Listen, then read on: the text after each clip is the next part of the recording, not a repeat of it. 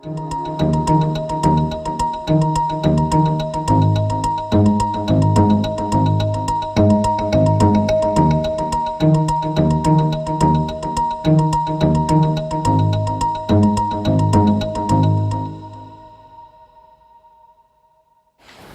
afternoon, ladies and gentlemen. Welcome to our second Curiosita.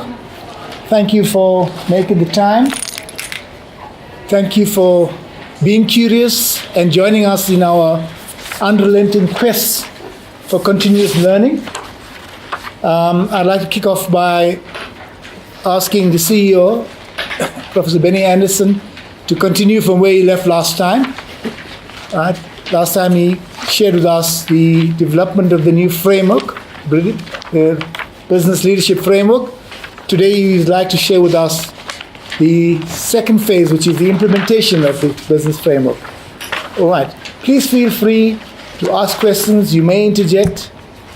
You may wait until the end. It's up to you. If this is what we'd like to provoke you, we'd like you to provoke us as well and engage. That's the whole idea. It's not a speech. All right. Thank you.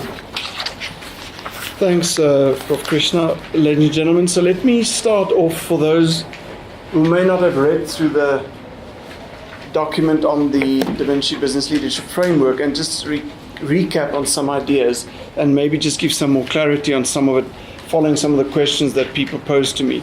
So in the 7-layered, and in some way I just want to recap the 7-layered business leadership framework as we've drafted it up to now. And then today I want to spend more time talking about using this business leadership framework as an implementation tool to potentially probe a business or a societal related problem and how you could consider creating some improved outcomes from that. And I deliberately want you to hear me not saying a solution, because I don't think there are solutions. The first thing I just want to talk a little bit more in detail is if you look at that document, and we will make a draft document of the notes to this available to all the participants, I want to start again with a systemic thinking piece. And I often think we refer to it in a very artificial way on what do we mean by systemic thinking. So I thought I do want to share a little bit more on the definition of systems thinking as it specifically is discussed in the second layer that talks about the macro, the meso, the micro, and the exosystem. Because I'm not sure that we always, maybe not interested or curious enough about it. But I want to quote already somebody, a scholar, that wrote notes on this in 1935, Lewin. And I think if we can just do Dr. Lloyd, what he did, maybe we'll be a little bit further. He made it very simple. He said that our development is a product of the interaction between us as humans and our environment. Now, how simple can it be? The interaction between us as humans and our environment. But are we aware of what constitutes the environment? And as you know, Bronfenbrenner then went in the late 80s and developed the notion of the macro, the meso, the micro, and the exosystem. And I just want to give a little bit more around that. He started off by saying that development is defined as the person's evolving conception of the ecological environment and his or her relation to it, as well as the person's growing capacity to discover, to sustain, or to alter its properties. I'm not sure that we as prospective business leaders engage with our environment from that perspective, that we ourselves are in a process of discovering, of sustaining where needed, or altering its properties. So if you have that evolving construct in our mind, then it's possible that you would look at the system in a much more defined way. You will look at it in Bronfenbrenner's frame, firstly from the microsystem, where it's very basic around the activities that you are directly involved, but you can also look at it from a mesosystem, where it comprises the interrelationship amongst two or more settings in which you as a developing individual also actively participate. but now it's between two or more. And if you then go to the exosystem, which I often think we don't take note of, it refers to one or more settings that do not involve the developing person as an active participant, but of which the effect or are affected by what happens in the setting containing the developing person. Mark, any comment on that? I'm still trying to figure out what you were saying. So let me try again. So in the exosystem, it doesn't involve you and me directly. It doesn't involve us directly. We're not involved as an active participant. But what will happen in that system outside of us will have an effect on the setting which contain us as involving person. I'm not sure if we look in our own socioeconomic context as South Africans, whether we are aware enough and interested enough in what happens in our ecosystem. Things being decided that will impact us, but of which you have got no direct engagement in, but it will impact. DaVinci opted to define a Mode 2/Mode 3 modality of education, specifically in the social science with reference to management and leadership. But that has got major implications if you are part of an ecosystem that makes regulations which does not subscribe or incorporate the notions of Mode 2 knowledge creation. Now, we are aware of it, Marla, but I'm not sure we're always sensitive enough towards it. So we just keep on doing our Mode 2 stuff, but at the same time, the ecosystem says, well, we keep on doing our regulations.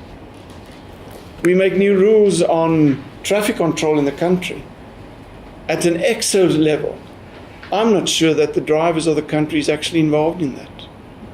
I'm not sure. I know we're not. So how do we, from a system perspective, acknowledge that? And then obviously the macro system is just simply referring to the consistencies in the form and content of all the others, the micro, the meso, and exo that exist or could exist at the level of the subculture or the culture as a whole, along with all the belief systems or ideologies underlying such consistencies. Again, if I look at what we speak sometimes, we speak the ideology of capitalism. But I don't know, what is our macro system in South Africa? Is it capitalism?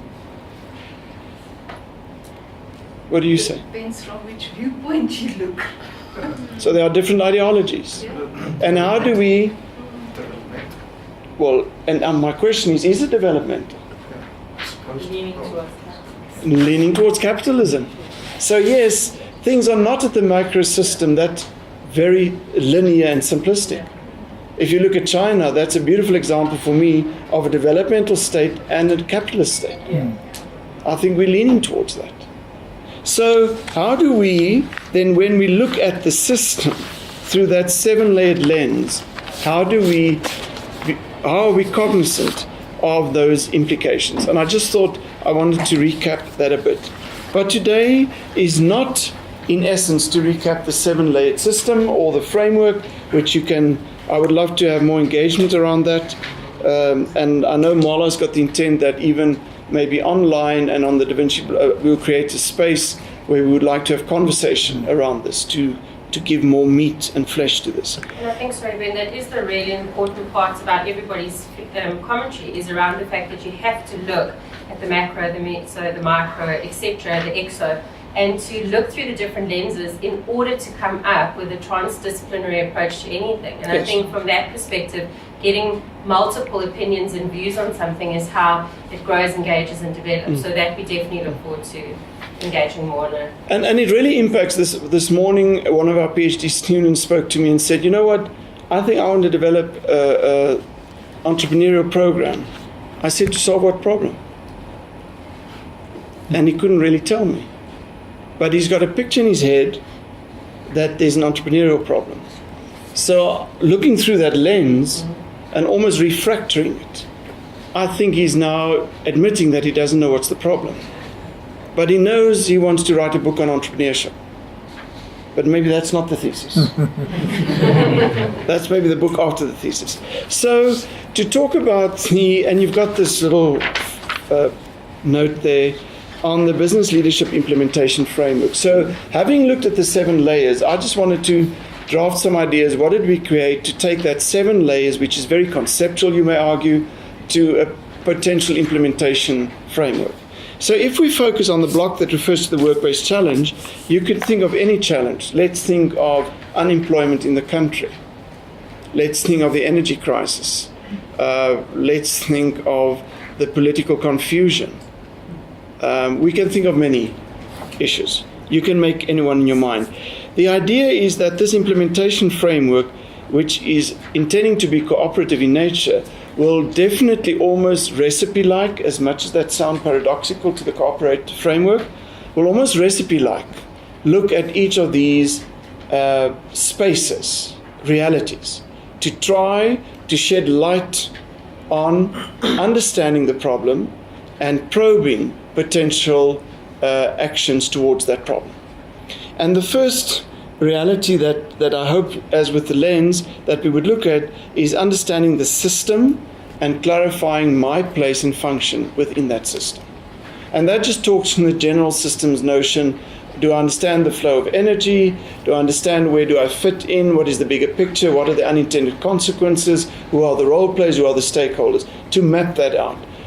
That has got nothing to do in itself with the work-based problem. But it has to do with my orientation towards looking at and towards that problem. I was just curious today when I drove here again, have you seen this very high building that's coming up close by? And I was wondering if any one of us are curious about the system impact of that building. You know, what is this doing to the system? I'm just wondering if we thought about that. So that's the first spot. And then almost juxtaposed towards that is the bubble that talks about strategic intent and understanding of the ecosystem. And that's where this description of Bronfenbrenner could come in handy by looking at the macro, the meso, the micro, and the exosystems, to articulate all the activities and actions and philosophies and individuals that may be involved, that forms that constellation of that ecosystem. I can't imagine why we tend to skip that phase often in solving a challenge. Understanding and mapping that ecosystem. Shirley, what do you think? I mean, you've been involved in complex problems, challenges. I think for me, understanding and working in complex systems, unpacking the ecosystems around it, I think there are two, probably more, very important players. It's the receiver of the issue as well as the giver of that issue. And there has to be a trust relationship that is built. And there has to be more than just that object or that artifact that is being given or exchanged or built into the ecosystem.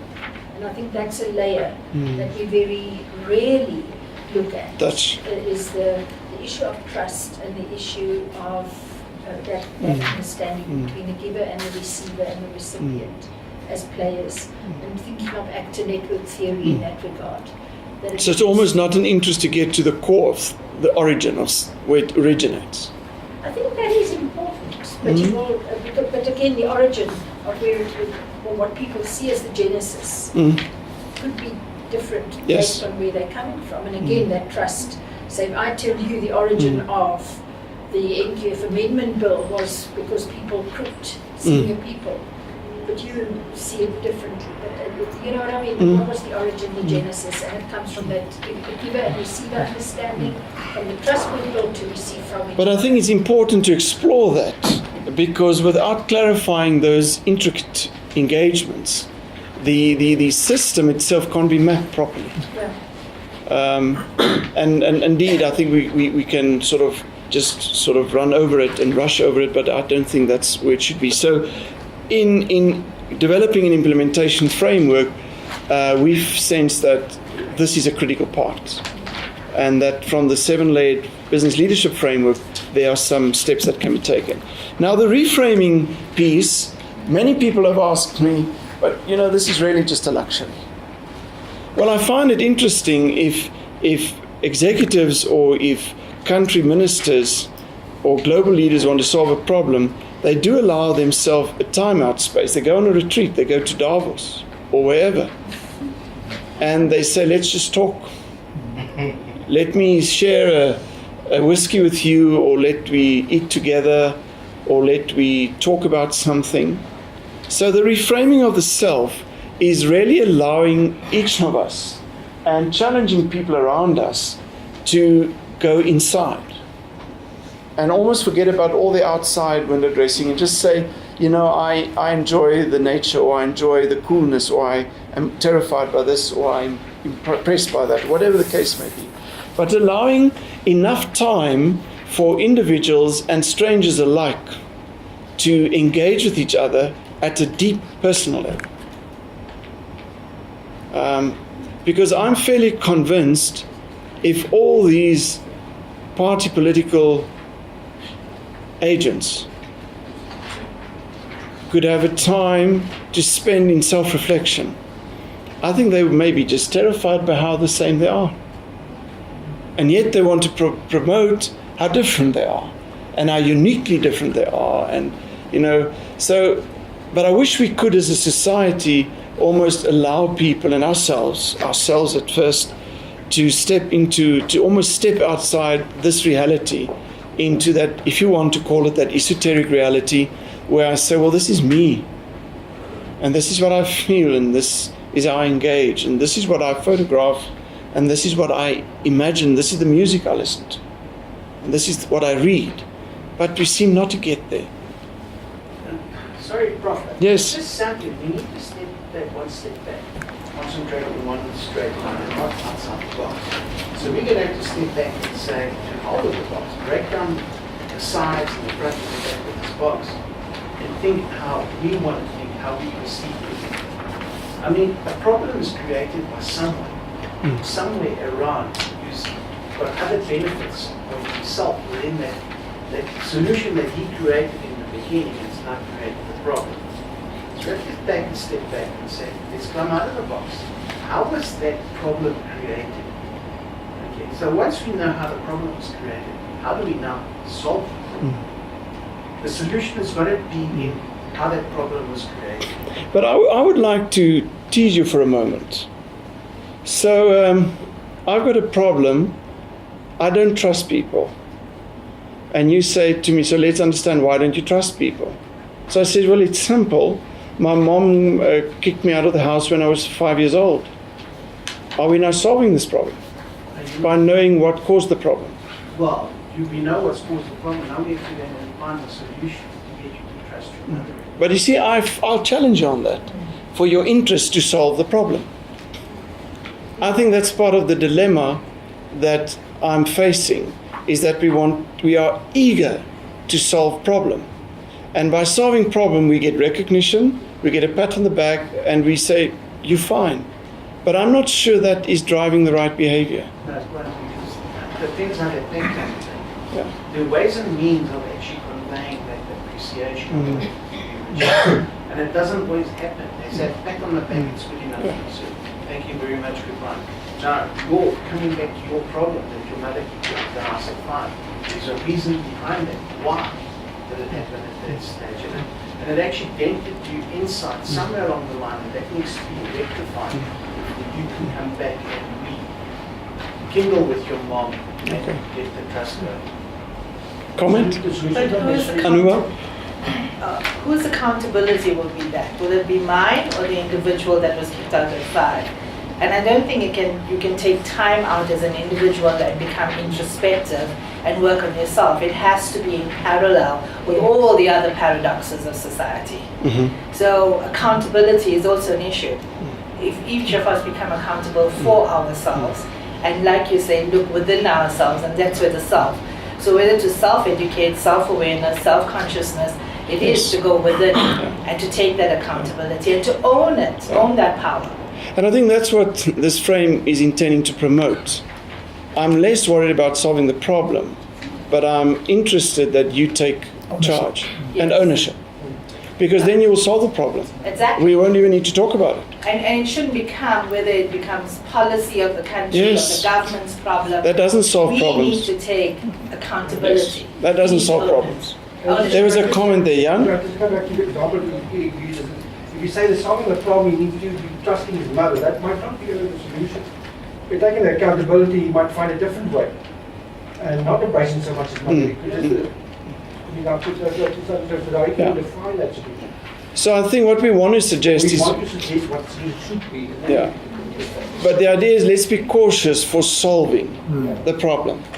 And let's be interested in just opening things up. Just open the doors and the windows, let the air just come through it, so to speak, and let the energy just flow. And I'm not worried what the direction of the solution necessarily is. But something will happen along the way. But I think what was nice being from a leadership perspective around the points you were making is if leaders encourage people to self-reflect and to reframe and to self-promote as a leadership practice within an organization, then it will be a co-creation around an individual path merging with the organizational path. So that's why I love your idea around self-promoting and that sort of thing.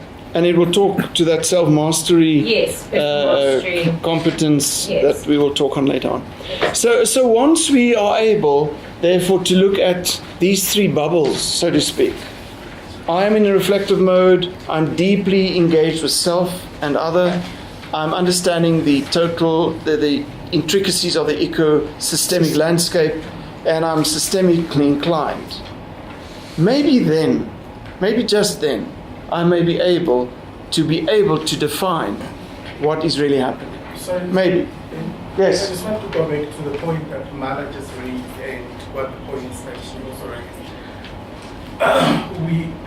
We're trying to promote the collaborative society, right? Cooperative. Yes. Cooperative society where each and everyone has to take accountability. Once we introduce a leader, now we're all looking for up to the leader, so that cooperative is no longer there. Okay, except if you make the assumption that there's a leader within everybody. I can lead on self, and you can lead, you have to lead yourself, I have to lead myself. But I really don't want to lead you. Need others, yeah. That's fairly outdated for me. Yeah. I really don't want to lead you. But then So you're saying you don't want to lead him, but surely by you leading yourself, you're influencing his behavior because he's watching what you're doing and you're influencing him to be able to manage himself. To lead himself. Yes, yes. To lead himself. Yeah. But therefore it's just an instigation. It's not a practice of taking him along. No, yeah, I agree. It's an influence. Yes. Yeah. Well, we're all influenced. That's the magic of energy. Whatever you write, whatever you say, whatever you don't do, you're influencing everybody. That's the power of that ecosystem mapping. The notion is moving doesn't really influence and more than credibility. It's not so much that you say you influence people credibility, it's not what the path, it's that you become the one that models the way, that shows it. There's not so much intent, it's whatever the energy you take from you. You understand what I'm saying? But I do think we have to recognise that at times, Raymond, and I mean, Mark, you raising similar points, there will be moments in organisations as well as in situations where the coordinated and, the collaborative approaches realities will have to take effect. So your company is in a massive crisis and there's something you need to do immediately. You may have to have moments of coordination as a leader as well. So whether you're self-leading or not, I do think it's important to recognise as part of this that there will be moments where it won't always be able to be cooperative. So those elements will always be there. Yes. Yes. It's the mix. Yeah, but you as an individual need to move above that to aspire towards a more cooperative way of addressing issues. I think historically, but I'll get to it when I talk later on, I sense in society we developed a sense that if things are coordinated, we are safe. Just give me a policy, just give me a To rule. what extent? Sorry? To what extent? Well, I don't ask that question. I just say I'm safe now. Yeah. But people are lulled into the notion of being safe. So Lulled. the character of the person actually guides you to that point. Yeah. You've taken that energy from that person to benefit what you need to achieve. So you become a micro-catalyst in order to expand to a macro-catalyst. That everything combined together, you get one big cell, which can explode with an energy to achieve what you have to achieve. But I will talk a bit to that, Raymond, later in the framework. But the idea is there's a challenge. How do I, from a system and ecosystem mapping and from a reframing point of view, allow light or energy and more perspectives on what I need to work with, as opposed to closing down and just taking a quick fix and say, I'll project manage this and I'll put a task team together and in 3 weeks' time the solution, Medupi, will be built. So, having said that, It will be built, but whether it'll generate power is not yes, there. that's another thing. It may generate water. Just pick up the rand when it falls. Yes, similarly. So once that has happened, we should ask for a moment in the framework. We ask, so why are we doing this? Well, because ultimately, yes, we want to make a decision. We want to give direction. We want to give a pathway. Something must go somewhere. The energy must be directed in a certain direction. And then comes so that's the first, I would call it almost the first order of coming to a decision about the work-based challenge. I've mapped it, I understand the reframing, the system. Now that I've done that, the second order is of decision-making refers to three other layers in that 7-layered framework. And the first is, how do I take cognizance of how technologies are managed, therefore how physical tools and processes are working? How do I take cognizance of how innovation plays in, particularly from an ideation point of view and not just a loose, I'm innovating? And how is my engagement with people playing out? So how am I aware that I am actually embedding an agile, aligned and engaged interaction in this challenge that I'm facing? So am I embedding my solution or my probing within that context? Am I aware that by being agile and being engaged and being aligned, I could maybe go to a next level? Well, those things don't stand on their own, as you've seen in the framework, because there are specific competencies, business leadership competencies, and there are specific business leadership practices that will enhance that agile, aligned, and engaged process that will take place. And again, just for refreshing our minds, we spoke about the different competencies, and some people asked me that I must talk more about it, which I'm not going to do. But as you see them there, it's the notion of problem probing, of operationalized ideation, of transdisciplinary learning. Those are the first 3 competencies that we believe will enhance your ability to be agile. What do we do this? Are we interested in this? Am I interested in actually understanding the process of probing a problem versus solving it? Am I interested in operationalizing the ideation as a tool or as a process? And am I really curious enough to look beyond disciplines to understand the transdisciplinary learning imperatives? Well, those are competencies that I need to develop if I am interested to be agile. Because I need that dimension if I want to go into a second order of decision making. So don't speak me decision making if you can't speak me those competencies. This is what the frame is saying. Now, we're not saying these are the only competencies, but at least these are some of the competencies which we've sensed from the TT100 companies, that if companies demonstrate these, they seem to be more agile, and therefore they seem to make more appropriate decisions, which leads to value-added solutions and which leads to return on investment. And Terrell, if we look at you as a great example of your company space, where you maybe, I think somewhere intentionally and somewhere unintentionally, actually saw the emergence of this happening. And it may not be defined as we've now defined it, because we've got the wonderful hindsight view. We can look at it all from here over a 10, 15-year period. But that's the kind of things that we see happening. You need to demonstrate, mark certain competencies, which will then ultimately relate in certain practices to uphold that notion, for example, of being agile. or being aligned, or being engaged. And that's a critical part of the level 2 decision-making phase. If you don't have that, I'm not sure that the decision 1 that you made by understanding the system and even mapping the ecosystem will actually bring you anywhere further than you are. You may write the policy, you may make a new rule, but I'm not sure anything's going to change. The behavior of road rage or road accidents, I think I've heard we're trying to solve this problem for the last 2-3 decades. Nothing has changed. Nothing. I don't know why, but I'm not sure we've applied this. We just make more rules and more policies, and they're mostly punitive, and the more punitive they are, the less effective they are. Okay, so I just wanted to make that point on the competencies and practices in combination with the technology, innovation, people understanding should give us a stronger embeddedness, a grounding, from which we could go into the second order of making a decision towards probing the work or the challenge, maybe personal or work-based or otherwise. Now, when we then make that decision, the next potential phase or stop would be that we will be able to implement a value-added proposition. Now, for purposes of this framework, we framed the value-added proposition as that of either being in the coordinated, cooperative, or collaborative space. Because sometimes it may be value-adding to have a very coordinated resolution or decision or implementation plan.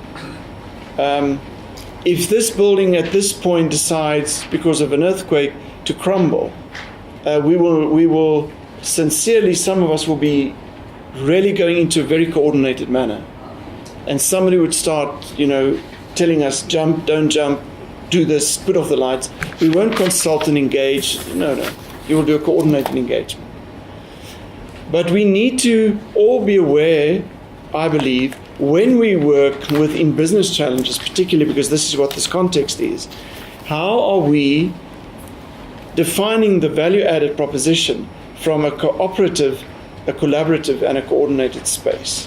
And are we interested in understanding what will be the impact if the one overrides the other? What will be the benefits and what will be the limitations if that mix of coordinated, cooperative, and collaborative is not sequenced properly? And why I want to raise that is people will often think that you must have all the same kind of value-added solution. Well, I don't think that's how reality and how the ecosystem works. But are you interested in having a mix of creating that value-added reality? And that's what we would like to probe and make our students and alumni aware, and ourselves, is what is the mix of your value-added proposition? And maybe I want to ask a bit around that. Keegan? Regan, you're busy with your studies, and how does this resonate or not to you about creating your own mix of a value-added proposition? Or are we complicating it? No, I'm sure we'll get there. I'm still very much in the mapping phase, so I haven't thought further, so it's good to have a wider lens to know where I need to be going. But what is your sense about the combination of these ideas? I think it's far more of because it's such a complex system, any system that we engage in is very complex. And if we try and make it simple, then what we're going to have to offer really won't be valuable in the end. And therefore, I think having the mix and having a blend of all of these is really crucial. But my sense is that when you're at work, the line manager wants a solution tomorrow morning at 8 o'clock. So Eric, you're in a complex reality. So what do you do now? You may be being the line manager yourself. What do you do with this complexity, or do we go to that predisposition of just giving a coordinated answer? Or you go into a mode of demanding. Yes. Yeah. But then you go into the coordinated space. that's right. You say, give me this now. Yeah. You move to a defect to what they call a safe zone. Yes. Yeah. Yeah. Something that you know that you've used in the past. That's what, instead of maybe going a different route. So how can we not do that? Sometimes it's inbred. It's Over something that time. you learn over time. Well, I think that's quite valuable because I'm very aware from where we sit and where I sit that as much as this can make conceptual sense, practical, I think it's at this level where it's about the mapping the value proposition that the whole implementation program, if you wish, can almost just implode. And I think then what's important is that if at this stage you've got a cooperative, so you follow a cooperative approach continually, then you will have your moments of crisis where the coordinator will have to come in, but that it doesn't become the default of the organization. So that almost in the pre-planning of things, that you follow the cooperative approach, that your moments of coordination and crisis around coordinated approaches are not the sort of, the first option. Yes, that the environment is considered to be a cooperative environment, but moments in time are not. But does that not also link into leadership styles and the Vinci principles, for example? Yes. The smarter getting involved in spaces where you are uncomfortable and Yes. not being afraid to make mistakes. If you don't live by those, then you're never going to get it's always going to be coordinated. You're never going to get a cooperative thing because people are going to be too scared to do anything. And I think that's where businesses are at the moment, where people who work for someone else would rather go and say, I've got a problem, help me fix it, because if it doesn't work, then they have the solution. If it doesn't work, they can at least blame someone else when it doesn't work. Yes. So I think that's a big issue with businesses. Managers don't allow the people who work for them the space to come up with their own solutions. And I mean, Terrell, I sat at the table next to your staff at the TT100 Awards, and I mean, the comments coming from them and I chatted to them, and they were all about the fact that how you lead, which goes back to Mark's point, how you lead literally drives the organization, and the people feel empowered because of the way you lead in a cooperative way.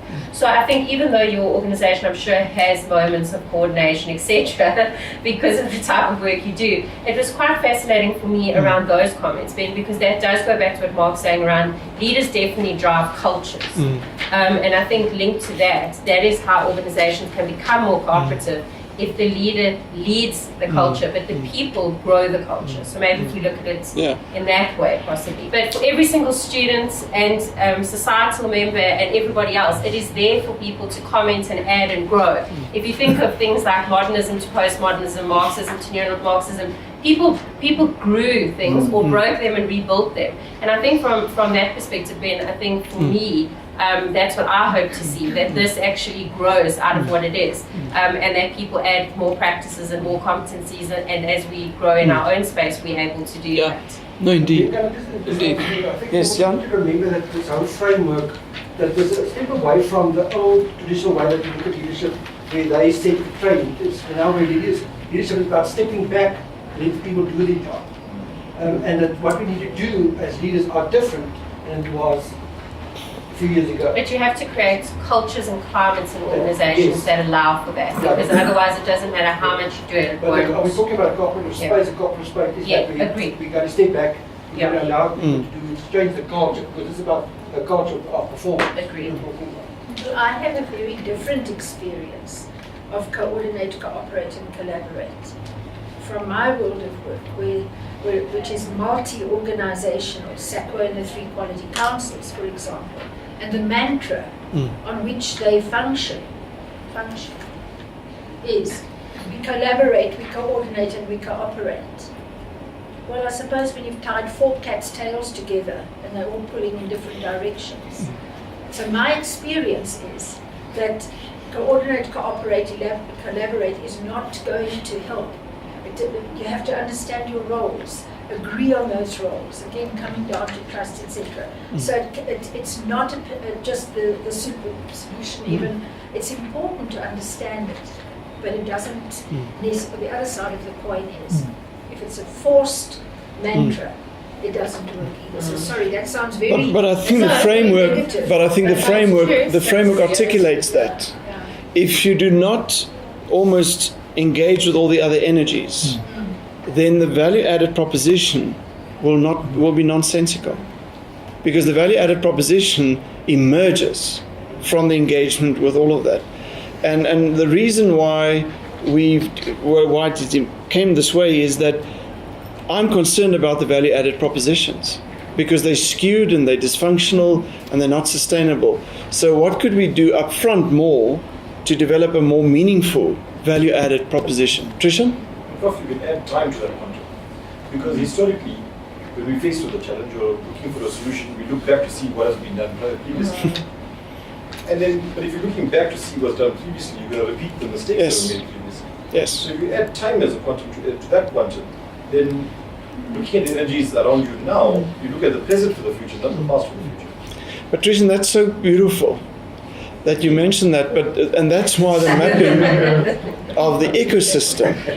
You missed it. That's why the mapping of the ecosystem is so critical, because you would sense that time quantum when you look at the exosystems, but we're not doing that. We're just not happening. Lochanola, what happens in your world? People need to see a leadership role, and then they follow from there. So it's very rare whereby like managers allow more innovative from the ground. Open space. And I believe we have to rethink whether that's sustainable as a society, and whether it's not an insult to individuals that we actually come from a long period of time in managing society like that. Look, I think these things are quite, I must admit, I think it will have impacts on how people run their families and how they engage in their communities. I listened this morning on the radio about a very bad hospital scene in the south of KZN, and now they're asking the minister to step in. Well, that's problematic for me, because thereby we're promoting that there must be somebody with a stick. No, there must be nobody with a stick. There must be something else there. Okay, so I just wanted to make that point, therefore, indeed, that we have to do a lot of front loading to come to the point of mapping a value-added proposition. Otherwise, it's skewed and it's broken from the start. I don't think Medupi was front-loaded properly, and therefore we now can make water turbines of it, probably, as opposed to energy generation.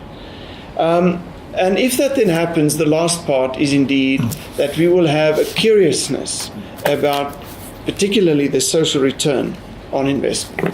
We should take pride in what we put in or what will come out.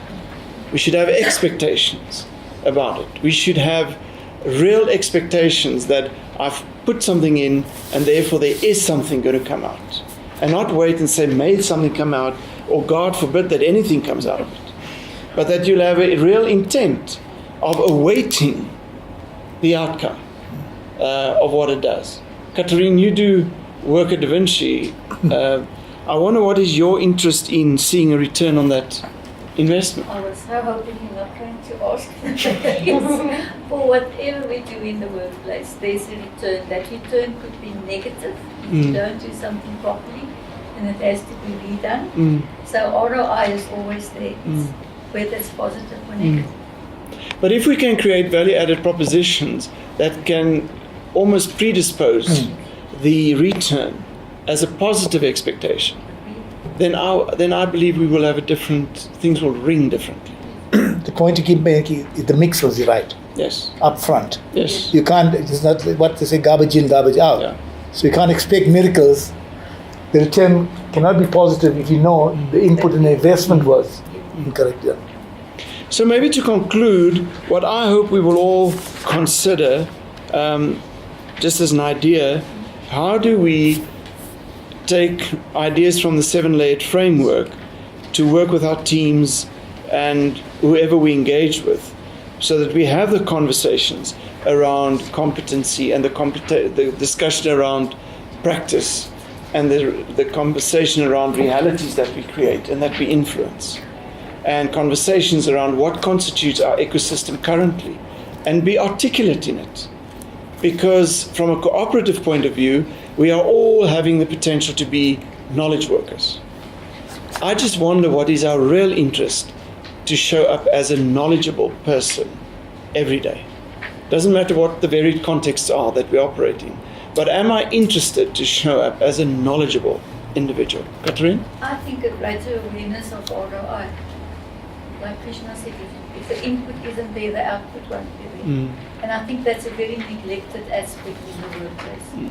That we all carry on, but we don't realize what the ROI impact is or the negative impact. Well, and I think of education, I wonder what is, as society, what is our expected return on investment of all the education efforts that's been made and will be made? What is the expected outcome? You know, almost here we now talk fourth industrial revolution, and I'm saying, well, that's nothing new, but have our education been steered, at least amongst many other things, to address the fourth industrial revolution competencies? I'm not sure. I'm just not sure. I don't know. Kalo, what do you say? Where our exams is morely based on what you eat from within a textbook, and then when you get to the exam, you take out exactly what you actually got within the textbook. You regurgitate it. Yeah, so I feel like if the education was more about you take what you got from the textbook, or how is it that you can actually bring forth a new idea from exactly what you actually got within the textbook to be able to drive that specific system to be more innovative, and rather than being renovated, because when it's actually renovated, it's more about just fixing and rather not actually creating new innovations. And not really moving forward. So again, there's not that directional need for a return on investment. Yeah, I think, thank you very much, Ben. I think the conversation has not ended. There will be more conversations around this. I think he has provoked us sufficiently to engage the institution or Ben personally. I think, thank you very much, Ben.